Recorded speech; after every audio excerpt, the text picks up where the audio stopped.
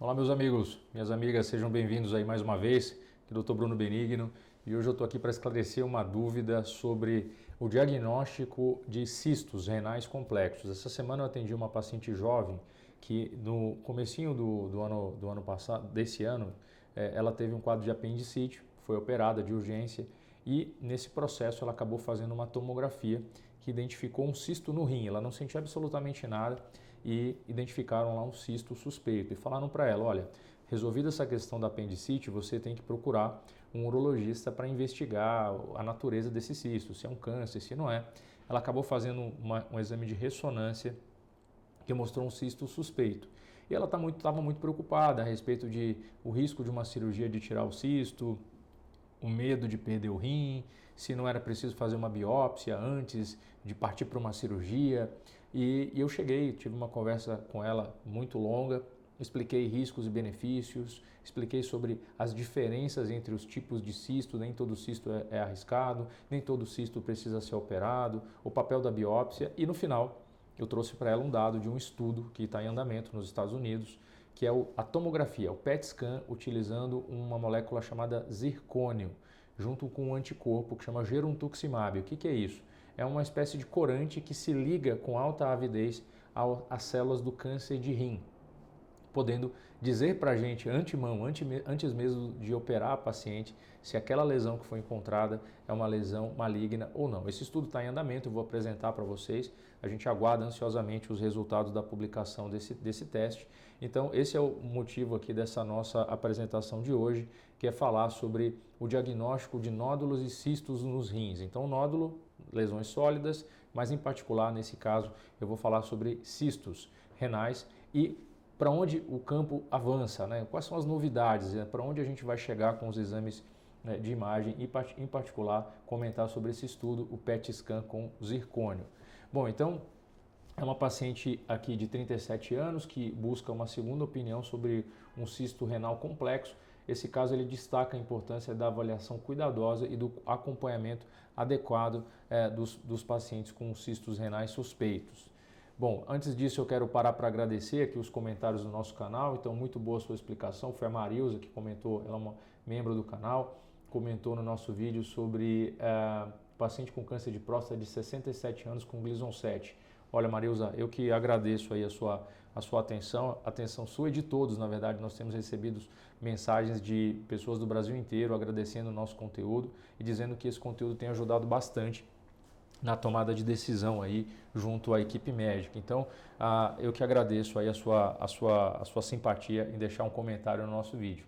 Muito obrigado a Marilza e agradecer aos nossos membros exclusivos aqui do canal, o José Mourão, Benedito, Silvio, Anelisa, Yoshikazu, João Rezende, Marlene, Atom, Fábio, Januária, Mauro e Valmir. Todos são membros da área exclusiva, nós temos lives aqui, conteúdos restritos para as pessoas que fazem parte do nosso grupo sobre câncer de próstata. Considere se inscrever e ser membro do nosso canal. Então vamos direto aqui ao caso. Então, em fevereiro de 2023, ela foi diagnosticada com apendicite, foi operada aqui no Hospital na Beneficência Portuguesa em São Paulo, foi tudo bem, correu tudo sem intercorrências e ela descobriu esse cisto renal, classificação Bosniak 2F. Então, primeiro conceito, a classificação de Bosniak ela é usada para definir qual é o risco de um cisto renal ser benigno ou maligno. A classificação de Bosniak ela não se aplica para pacientes que têm nódulos. Então, nódulos são lesões sólidas, cistos são lesões líquidas. Então, a classificação de Bosniak ela só se aplica aos cistos renais. Bom, ela foi encaminhada para o cuidado urológico e ela acabou me procurando aqui para uma segunda opinião. Esse aqui é o laudo da primeira tomografia que ela fez lá na época da apendicite e que mostra essa lesão aqui no rim esquerdo. Essa tomografia aqui ela foi feita, é a parte sem contraste da tomografia. Então o que a gente vê aqui? Ó, deixa eu mostrar para vocês.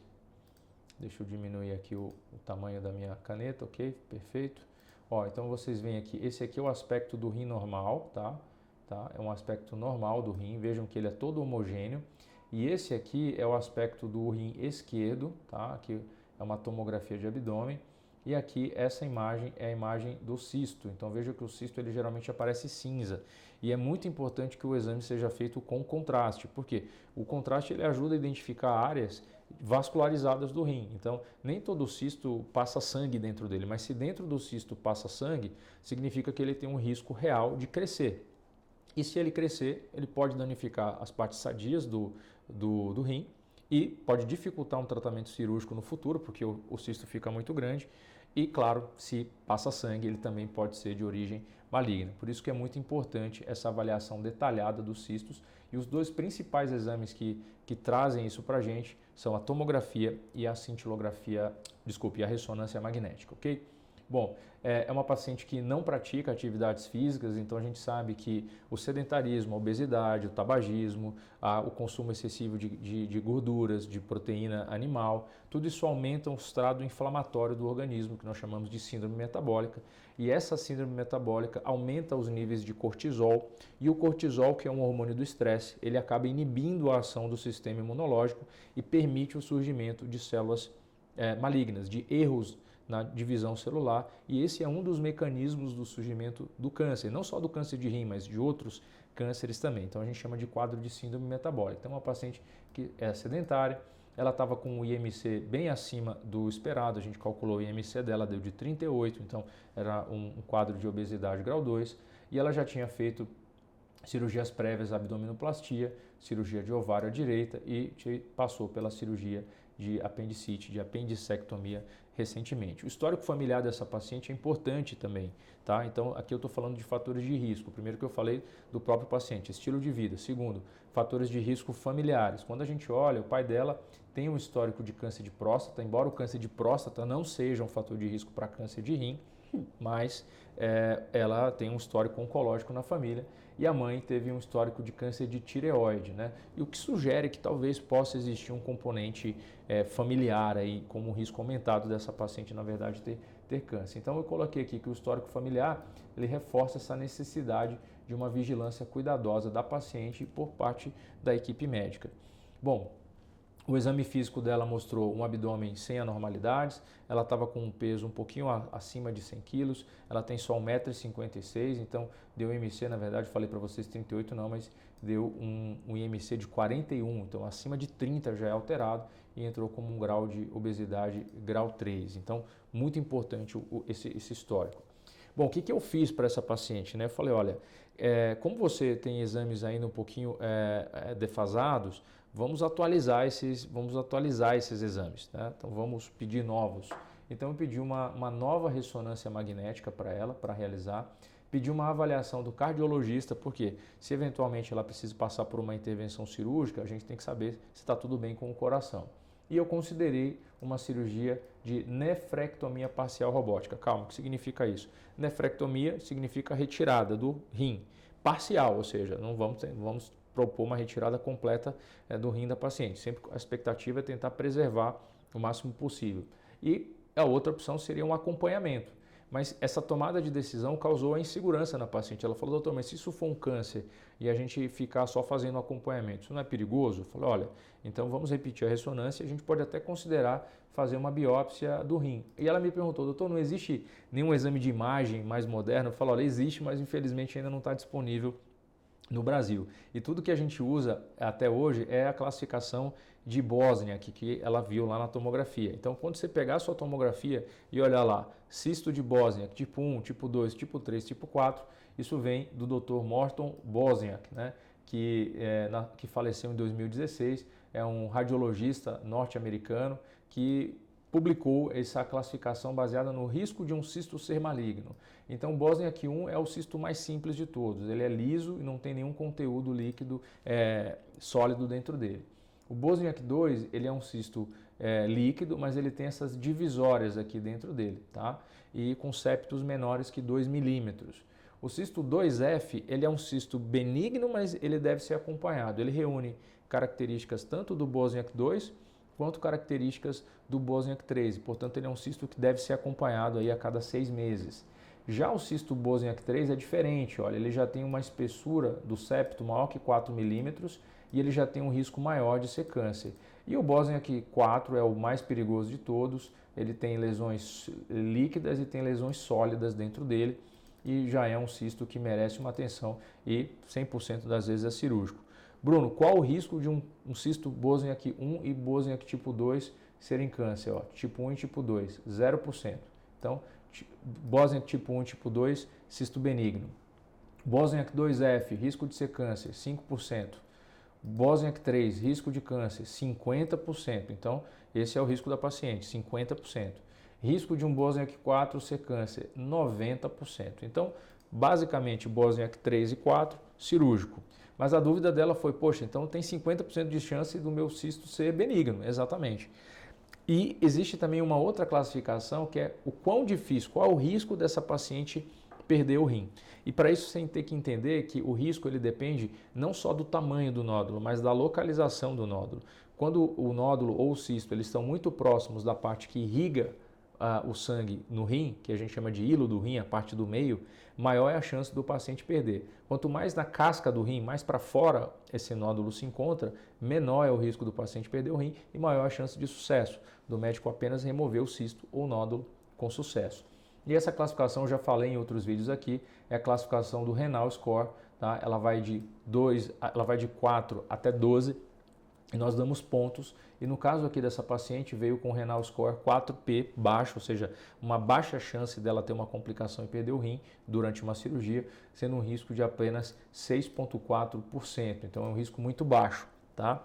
Quem quiser ter acesso a essa calculadora, basta digitar aqui no MD Calc e coloca Renal Score. Lá você vai ser jogado para esse site aqui, ó. Deixa eu mostrar para vocês, tá? E você vai ser jogado para esse site aqui. Deixa eu só mostrar aqui, ó. O risco da paciente que eu calculei foi aqui, ó, um risco de 4%. Eu coloquei todos os parâmetros aqui dela nessa calculadora. Então eu coloquei o tamanho do cisto, se ele é para dentro ou para fora, a proximidade em relação com o sistema coletor de urina, se ele é anterior ou posterior, se ele cruza a linha do meio do rim, e deu uma chance aqui, um risco de apenas 6% de uma eventual perda completa do rim se essa paciente fosse operada. Essa calculadora, se você quiser acessar, está aqui. Basta você colocar aqui os parâmetros. Ó. Então eu coloquei aqui 4, mais de 50%, mais de 7, é uma lesão anterior, completamente acima da linha polar e ela não cruza o hilo, tá vendo? Deu aqui um resultado 4A. Então é um resultado favorável, é uma chance muito boa dessa paciente ser operada, se for operada, e não perder o rim.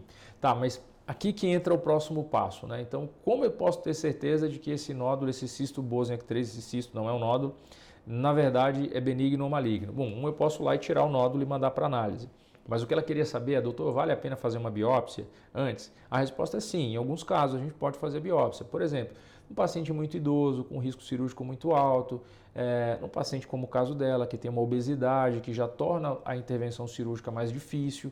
Então eu falei, olha, a gente pode considerar uma biópsia, vamos repetir a ressonância e se confirmar realmente que é um Bosniak 3, a gente pode fazer uma biópsia e se for câncer, nesse caso a gente pode partir para a cirurgia. Mas a biópsia, numa situação como essa, ela é de exceção. Normalmente a gente não pede biópsia em tumores de rim, porque a imagem já dá para a gente uma alta probabilidade daquela lesão ser ou não maligna. E pensando nisso, alguns pesquisadores americanos desenvolveram um novo método diagnóstico baseado em um anticorpo que se liga numa proteína que está presente nas células do câncer de rim. Esse anticorpo se chama Geruntuximab, é um nome grande, né? Uma droga que já é usada, uma espécie de imunoterapia. Ela se liga, né? É um anticorpo que se liga nessa proteína que está presente dentro da membrana da célula do câncer de rim e nesse anticorpo é ligado uma molécula radioativa chamada zircônio, que é a pedra lá, o mineral, o zircônio. E isso é injetado no sangue do paciente, é um contraste, e a tomografia, que é o PET scan, captura quais são as áreas onde esse zircônio, esse Geruntuximab, se grudou, né? Então, ele diz para a gente, através de uma imagem, se aquela lesão é cancerígena ou não. Então, aqui, para mostrar para vocês, esse aqui é o Geruntuximab, tá? É uma proteína que a gente chama de quimérica, então ela é montada, é uma proteína sintética versus proteína animal. O Geruntuximab ele se liga a uma proteína que está na membrana celular do câncer de rim, que chama anidrase carbônica, tá? Não precisa gravar isso, mas só para você entender, existem alguns tumores de rim, o mais frequente deles, que é o carcinoma de células claras, que tem essa proteína que chama anidrase carbônica. Ela está muito mais frequente nesses tumores de rim. Então o gerontuximab vai lá e se liga na anidrase carbônica e como ela se liga, ela tem uma excreção hepatobiliar, então ela não devia aparecer no rim, ela tem que aparecer no fígado. Então, se essa proteína aparece no rim é porque tem alguma coisa errada. E no outro lado do anticorpo existe essa molécula chamada de zircônio polarizado. Então, basicamente é isso. Aqui você vê o anticorpo, que é o gerontuximab, aqui você vê a molécula de zircônio e aqui você vê o alvo, que é a proteína, que é o KIX, né, que é a anidrase carbônica. Então, basicamente, essa é a biologia por trás da coisa, para você entender. E uma vez que há essa ligação, a máquina de PET, do PET scan, consegue capturar a emissão de radiação do zircônio. Isso gera uma imagem, né? E essa imagem pode ser capturada em pixels e esses pixels podem indicar para o médico se existe ou não ali um câncer de rim suspeito. Olha aqui essa imagem, tá vendo? Ó? Olha só como aparece vermelhinho aqui. Ó. Esse aqui é a imagem da tomografia, sem nada, e aqui é a imagem do PET já com a imagem sobreposta do zircônio, com o gerontuximab. Então, bem interessante. Isso foi avaliado num estudo que está sendo próximo de ser publicado, é um estudo fase 3, ou seja, é um maior nível de evidência científica na medicina, avaliando o zircônio com gerontuximab no PET para o diagnóstico de câncer renal de células claras. Esse estudo aqui ele já foi publicado, um resultado preliminar desse estudo aqui em 2023, numa revista importante, uma revista médica importante, e os resultados eles são amplamente aguardados pela comunidade científica, podendo ser um novo método de diagnóstico disponível no futuro. Então, falar um pouquinho desse estudo. Então, a proteína, a molécula é a TLX250, junto com o PET scan, que é uma inovação utilizando a tecnologia do zircônio. Então, o presente ensaio clínico ele foi registrado se você quiser procurar informações sobre esse estudo, é no site clinicaltrials.gov, você pode ir lá, digita esse número, essa sopa de letras aqui, você vai saber mais sobre o estudo, para detecção não invasiva do carcinoma de células renais do tipo claras, né, por um PET de emissão de prótons. O estudo ele envolve pacientes com massas renais indeterminadas, que é o caso da nossa paciente, buscando determinar a sensibilidade e a especificidade desse novo exame de imagem na identificação do câncer de rim, assim como a sua segurança e o impacto no manejo dos pacientes. Os resultados desse ensaio clínico têm o potencial de trazer inovações relevantes na área da nefrologia e da urologia e da oncologia, proporcionando alternativas no diagnóstico mais precisa e menos invasiva para pacientes com suspeita de câncer. Então, nós aguardamos ansiosamente o resultado desse estudo e assim que nós tivermos uma previsão de isso já ser aplicado na prática clínica no Brasil, com certeza a gente vai trazer essa informação aqui no canal. A metodologia desse estudo foi envolver pacientes com massas indeterminadas com menos de 7 centímetros. Tá? A dose intravenosa do fármaco foi 37 unidades do radiofármaco e o PET scan ele foi realizado, a injeção foi realizada pelo menos 5 dias antes da cirurgia. Então eles fizeram o exame 5 dias antes da cirurgia, esses pacientes todos foram operados. Então eles fizeram o exame antes, pegaram os dados, operaram os pacientes e compararam o que o PET scan com zircônio falou e o que deu na cirurgia. Então é um estudo que a gente chama de feasibility, né? É um estudo fase 3. Bom, outro dado aqui, os critérios primários do estudo foi determinar a sensibilidade e a especificidade da molécula, tá? Na detecção do câncer de rim. Objetivos secundários foi avaliar também em tumores menores que 4 centímetros e determinar valores de segurança. E os critérios de sucesso seriam se eles atingissem mais que 70% de sensibilidade e especificidade. Então, é um estudo bem ambicioso, né, que coloca uma barra bem alta para a detecção de câncer renal. No total, foram 300 pacientes avaliados, com uma média de idade de 62 anos. 71% dos pacientes eram homens, é o que a gente vê, na verdade, boa parte dos pacientes com câncer de rim são homens mesmos. 67% tinham tumores de células renais do tipo claras, que é o tumor mais frequente, e 62% dos pacientes tinham tumores menores do que 7 centímetros. Então, boa parte desses pacientes tinham tumores pequenos. Bom, o que o estudo parcialmente encontrou? Encontrou uma sensibilidade da ordem de 86% e uma especificidade de 87%. Então, muito bom, valor preditivo positivo de 91%. Então, quando o teste dá positivo, a gente tem 91% de certeza de que realmente tem um tumor. E quando o teste dá negativo, a gente tem 73% de certeza de que de fato não tem tumor. Então, assim, e os efeitos adversos? Foram apenas 2 efeitos adversos relacionados ao tratamento desses 300 pacientes, mostrando que o fármaco é muito eficiente. Portanto, gente, se você quiser saber um pouco mais sobre o carcinoma de células renais, existe um material muito rico no Ministério da Saúde, todo em português. Lá ele fala sobre fatores de risco, prevenção, diagnóstico e tratamento. Eu vou deixar para vocês aqui na tela. Basta vocês escanearem aqui esse código de barras. Você pode ir direto para o site do Ministério da Saúde e lá você vai ter aí, deixa eu só ver se está tudo funcionando aqui, pessoal. E lá você vai ter esses dados fresquinhos aí, atualizados sobre câncer de células renais. Recomendo muito aí você que se interessa sobre o assunto. Então, as minhas conclusões aqui, implicações futuras desse estudo são as seguintes. A eficácia foi comprovada através desse estudo para a detecção de câncer renal, através da utilização do PET scan com zircônio.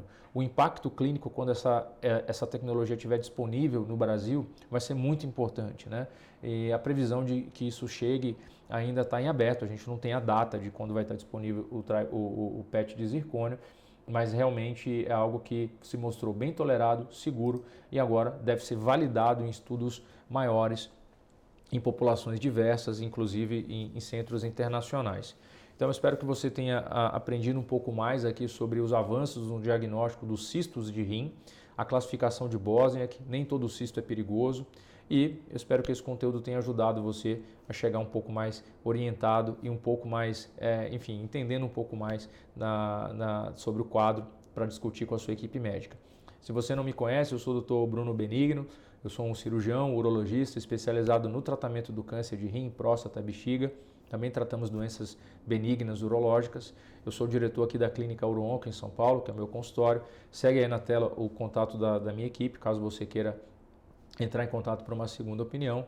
E as minhas redes sociais, principalmente aqui o Instagram e o site do consultório, que é o www.clinicauroonco.com.br. Considere ser um membro aqui do nosso canal, se inscreva, nos ajude se inscrevendo, ativando as notificações e considere também compartilhar esse conteúdo com a sua rede de contatos, nos ajudando aí a atingir uma quantidade maior de pessoas. Nós temos uma brincadeira aqui no canal, que todo mundo que chega até o final significa que se beneficiou do conteúdo, então deixa o seu pedágio aí escrevendo "Eu cheguei até o final" nos comentários e coloca "Eu preservo o meu rim" como palavra-chave para o algoritmo aí promover o nosso vídeo e a gente conseguir alcançar gratuitamente uma quantidade maior de pessoas. Então, coloca seu comentário, fala se você já viveu alguma situação como essa, de um cisto no rim, coloca a cidade que você fala e eu leio pessoalmente todos os comentários. Se você quer ser membro da nossa área exclusiva, basta escanear aqui esse código de barras e clicar o botão Seja Membro. Então você vai chegar nessa telinha aqui e nessa próxima tela e basta colocar lá que você quer ser um membro do nosso canal. Escaneie esse código de barras que está na tela e você vai virar um membro aí do nosso canal. Gente, meu muito obrigado mais uma vez pela atenção. Eu realmente espero ter ajudado e contribuído de sobremaneira com essas informações aí para todos vocês, ok? Então é isso, gente. Um grande abraço. Fiquem com Deus, saúde para todos e lembre-se, procure acompanhamento periódico e qualquer dúvida, procure um médico, procure acompanhamento especializado e cuide da sua saúde. Um grande abraço e até a próxima.